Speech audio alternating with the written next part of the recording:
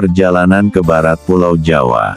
Pertemuan Satria Piningit dengan Puun Jante dan Prabu Pucuk Umun.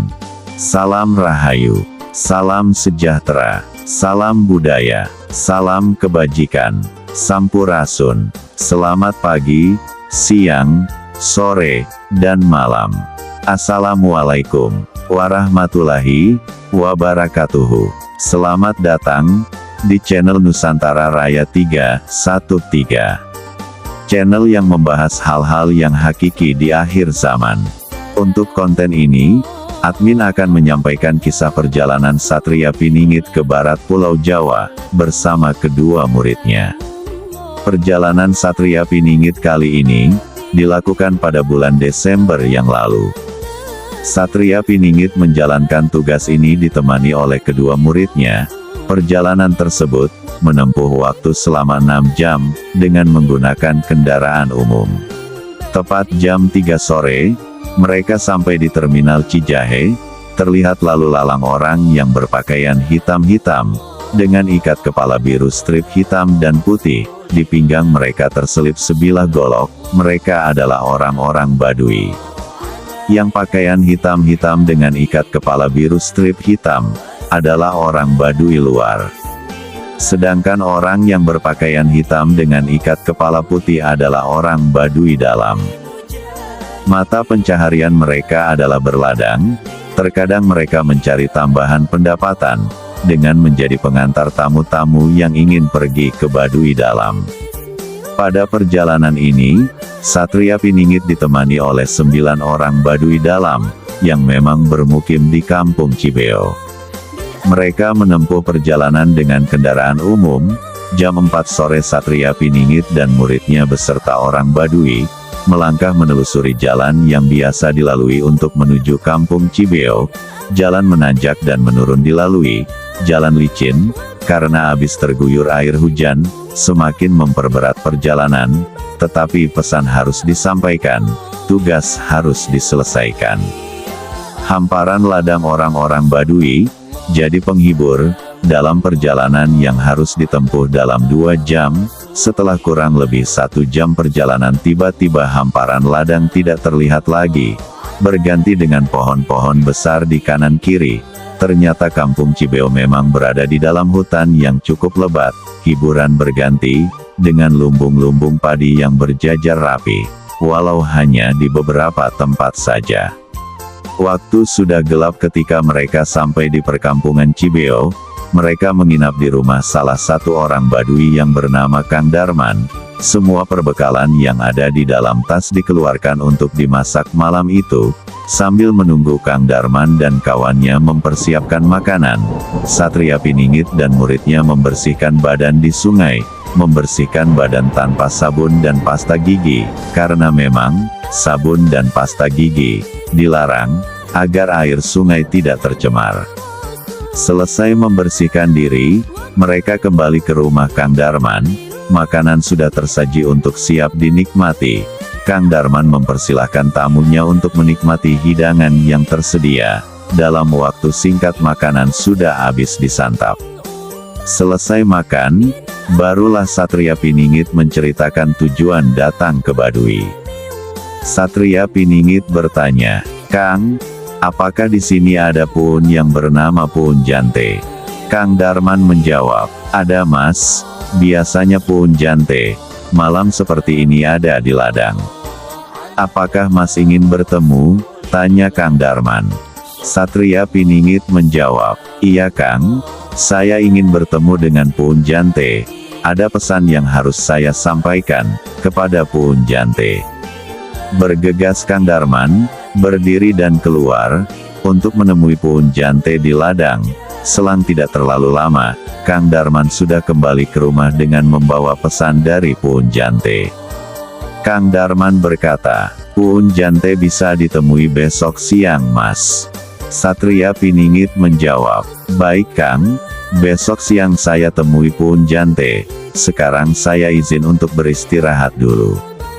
Kang Darman menjawab, "Silahkan Mas." Satria Piningit dan muridnya merebahkan badan mereka di lantai rumah yang terbuat dari bambu. Dalam sekejap mereka tertidur pulas, dan mereka terbangun karena ada kabar dari Pun Jante, karena Pun Jante ingin bertemu mereka pagi hari. Satria Piningit dan muridnya bergegas untuk menemui Pun Jante. Dengan diantar Kang Darman dan kawan-kawannya, Satria Piningit mendatangi rumah Pun Jante. Pun Jante sudah siap menyambut kedatangan mereka. Satria Piningit menyampaikan tujuan kedatangannya menemui Pun Jante. Satria Piningit berkata, "Mohon maaf Pun Jante, saya datang ke sini atas perintah Aki dan Ninik, untuk menyampaikan bahwa zaman sekarang sudah zaman baru, akan ada bencana yang banyak meminta korban." Admin tidak dapat menyebut nama Aki dan Ninik tersebut dalam konten ini, karena itu adalah bahasa sandi, antara Satria Piningit dengan Pun Jante. Pun Jante berkata, "Ya Mas, saya mohon, agar jangan ada korban, tapi semuanya terserah Mas, baiknya seperti apa." Pun Jante tidak bisa berbahasa Indonesia, tapi Kang Darman menerjemahkan bahasa Sunda menjadi bahasa Indonesia. Pesan sudah disampaikan, sudah waktunya pamit. Untuk kembali ke rumah Kang Darman, mereka berpamitan kepada Pun Jante. Sesampai di rumah Kang Darman, kawannya Kang Darman mengungkapkan, jika sudah bertemu Pun, harus langsung pulang. Mendengar hal tersebut, Satria Piningit bersiap-siap untuk pulang, tapi Kang Darman melarangnya. Kang Darman berkata, "Tidak apa Mas, bila ingin menginap lagi." Tapi karena khawatir melanggar adat istiadat Baduy, Satria Piningit menolak keinginan Kang Darman. "Tidak apa Kang, saya pulang saja," kata Satria Piningit.